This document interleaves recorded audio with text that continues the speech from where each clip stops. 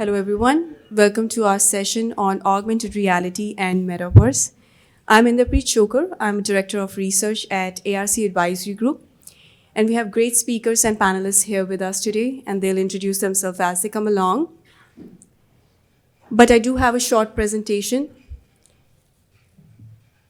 I just want to set the stage for our discussion for our end users when they come up on stage and share some of we do a lot of surveys, so this will also give us a chance to share some of the results and some of our research with you guys.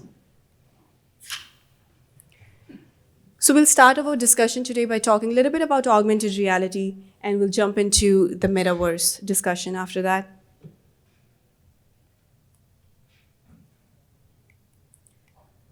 So there are a lot of definitions out there when it comes to be augmented reality or metaverse, but I want to start off with a very simple definition that we see for augmented reality. Whatever we see now, we have the real field of view. But if using technology, we are able to add digital content to it, digital data or digital images, then we get our augmented view. And at ARC, we have a very simple definition as well, that it's use of displays or cameras and various other sensors to augment users' real-world environment. Believe it or not, augmented reality have been around for a very, very long time. It started off as heads-up displays, and it was mostly used by airplane pilots because they were looking at the data at the bottom and then they were looking at the view. So at that time, we came up with heads-up displays to make things easier for them so that they have all the data that they need in their view. And then, of course, we use it in our regular life, backup cameras. That's also an augmented reality because you have your real view that you get through the camera, and on top of that, you add some digital images to make it easier for you to back up and so on. It's used in games all the time to help the viewers understand the game a little bit better. That's also augmented reality. You have the real view and you add digital content, markers, and so on. But what made the technology really popular? Can somebody guess? Absolutely. That was probably around 2016 timeframe that the Pokemon Go app came out, and that made AR a kind of a household, so everybody would understand what does augmented reality mean. So again, using the camera, you point at something and you see a digital content through your phone camera, and that was all Pokemon Go. Over the years, we have the technology is becoming more and more sophisticated. That this digital content behaves exactly like the real content. One feature that is very important to AR, that's anchoring the content, that the digital content behaves like the real content and it knows where it is placed. So even if you move your camera around, if you left a digital image at one point of the one corner of the room, the digital content stays there. When you bring your camera back, it's still there. So that's anchoring. Another feature that we are seeing is occlusion. That the digital image that you see of here is, I think it's Pikachu. And the Pikachu is going around, it's going behind the plants as if it's a real animal. So that's also we are seeing. Earlier, few years ago, these kind of sophisticated technology was only available through the use of, hardware, specific hardware for that purpose. Now, even in our regular phones, we are able to see these kind of advanced feature of AR. And good thing about AR technology is that, of course, we have glasses of various kinds that, smart glasses that help us do AR application. But one good thing is that we can use this technology on our smartphones and tablets that has, really pushed it to the world, be it industrial world or, commercial world. We see this technology quite a lot now. So we have we have started with heads-up display. We are at augmented reality now. What's the next step? Anybody want to guess? Well, it could be different things, but what I think of as the next step is mixed reality, which is pretty much augmented reality, but a bit more advanced. Microsoft uses that term a lot because for the HoloLens. So what is mixed reality? It's pretty much augmented reality. There are many other terms as well. But one key feature that kind of differentiates us from augmented reality, I think, is the ability to kind of interact with the digital content with your hand gestures and so on, which you cannot do, with your simple phone or iPad. You need a special hardware to do that. And that's what I think is mixed reality. In our industrial world, we are seeing a lot of uses of the technology right now. One major use is for training. We know virtual reality is being used quite a lot in the industrial world for training, but we also see increasing use of augmented reality for training, where whoever is creating a lesson, they wear the smart headset, they do multiple steps, record the steps, and then trainees can also do those steps. When they finish one step, they are given instructions for the next step and so on. And with digital markers, like there could be tags that guide them, okay, what you need to do and what's your next step and so on. So we definitely see a lot of use in training. The biggest application area so far has been augmented collaboration. It's pretty much like, we do video conferencing, but here, along with that, along with your video, along with your audio, you have some AR tools like AR tags and so on. And here the thing that I mentioned was anchoring of the content. That's very important in this, because if somebody is guiding you with an AR application that you need to do this needs to go there, then that tag, that mark has to stay there, because if the person moves and if the tag moves, basically you're doing everything wrong. So that technology is very helpful over here when it comes to augmented collaboration.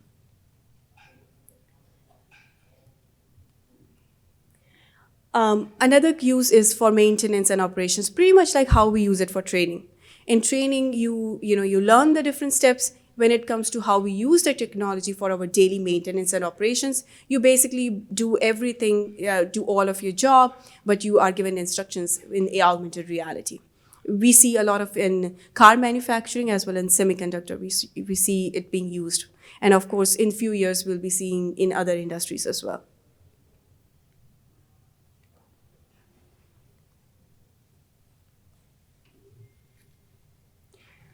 So we did a survey recently where we asked about the intended use of augmented reality. The leading use, everybody is saying they want to increase their daily production and efficiency. Of course, all of us want to do that.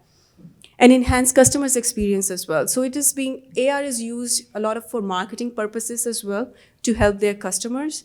Not only sometimes to fix things, but as well as, promote their products. For training, as I mentioned, it's gaining a lot of traction. So these are some of the intended uses of augmented reality. So if we are talking about coming from heads-up displays to AR to MR, what should be the next step? Anybody want to guess?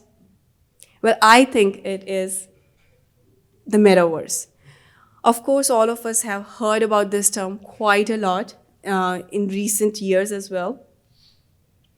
But what is metaverse? Again, this term has been around for a very long time. I did not know that. I searched it. That's how I came to know. But Webster Dictionary defined it as a virtual reality space where users interact. And Oxford Dictionary defined it as a little bit differently. Instead of virtual, it says a persistent virtual world. On Wikipedia, there is a slightly different definition, where it's kind of a combination of virtual reality, augmented reality, and these technologies. So there are various definitions of metaverse around there. And the use of the term has, we have significantly seen a rise in the term around 2019, 2020 timeframe. Can you want to guess what happened around that time? Absolutely. I agree with Facebook.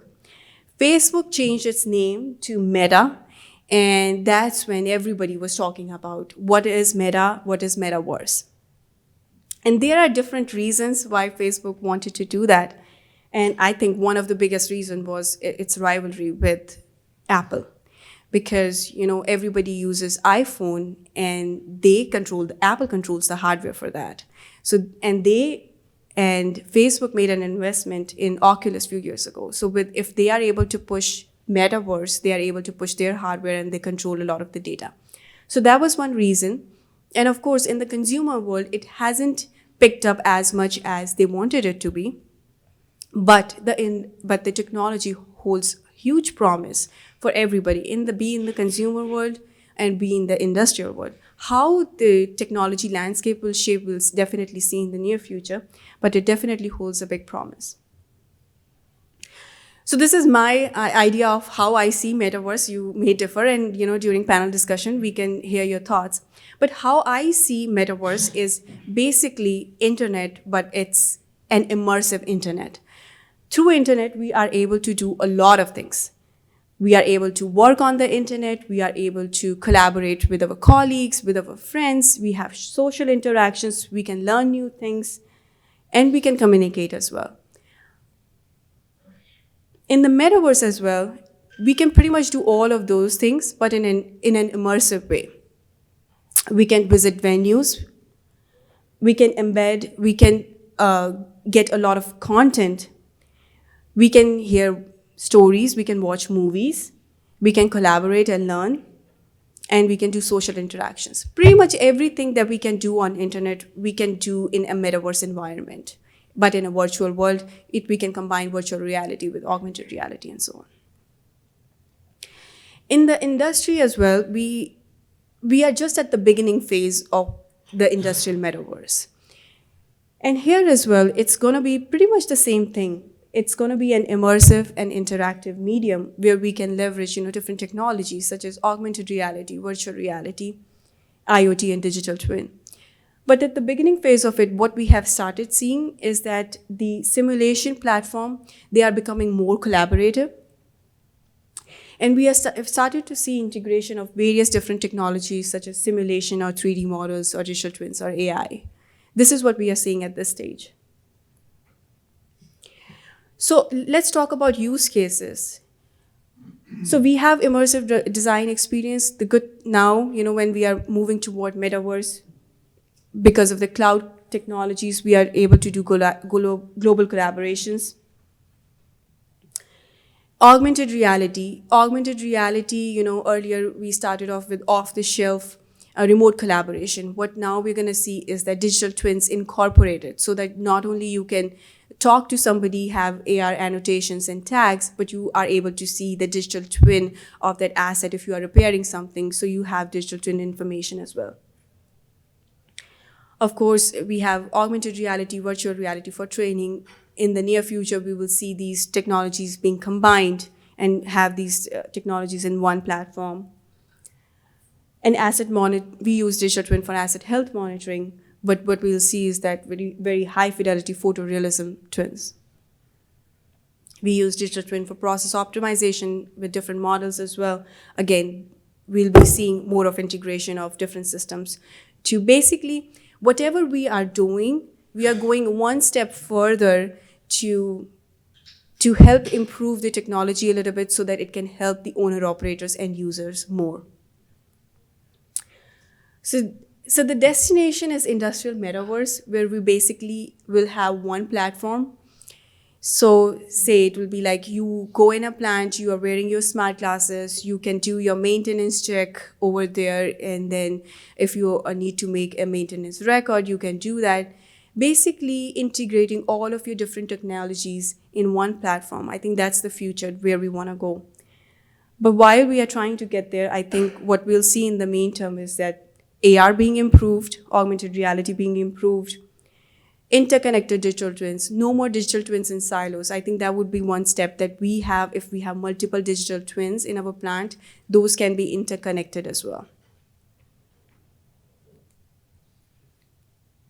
Virtual reality, more advanced form of virtual reality. And then integration of all these different technologies to help owner-operators better. So this is what we are seeing now, and now we'll hear from our end users what they are trying to do with the AR technology and metaverse. So without further delay, I want to say thank you, and let's welcome our first speaker.